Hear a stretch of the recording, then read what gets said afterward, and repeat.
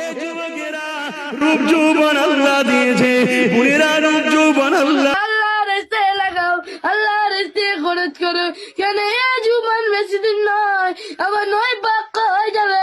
এই বয়স যদি বেশি বেশি করে ইবাদত করো, আল্লাহকে সিজদা দাও, রোজা রেখে জিন্দগি কাটা, কুরআন তেলাওয়াত করে জিন্দগি কাটাও, রাসূলের মাহফিলে গিয়ে জিন্দগি কাটাও, হালাল ইনকাম করে জিন্দগি কাটাও। কোন মানুষ বিপদে পড়েছে তাকে ওয়াজ করে নাও দিতে পারবো, সব করে তাকে মেহনত করে তাকে সহযোগিতা করতে পারবো।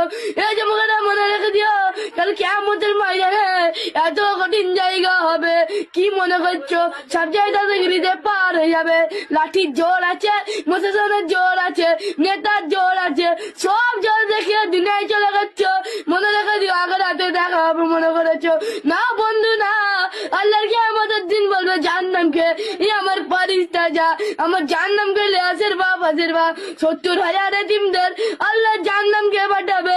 আল্লাহর এক একটা জিন দিলে ওই জিন দিলে 70,000 পাঠাবে, এক একটা জিন দিলে 70,000 করে ফারিস্তা তুলে রাখবে।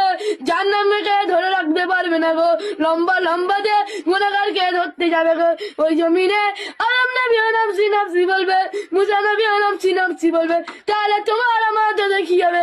মাস্টানি বেরিয়ে যাবে, রক্তের গরম কেটে যাবে। ওই দিনে তোমার আমার কেউ দাঁড়াবে না গো।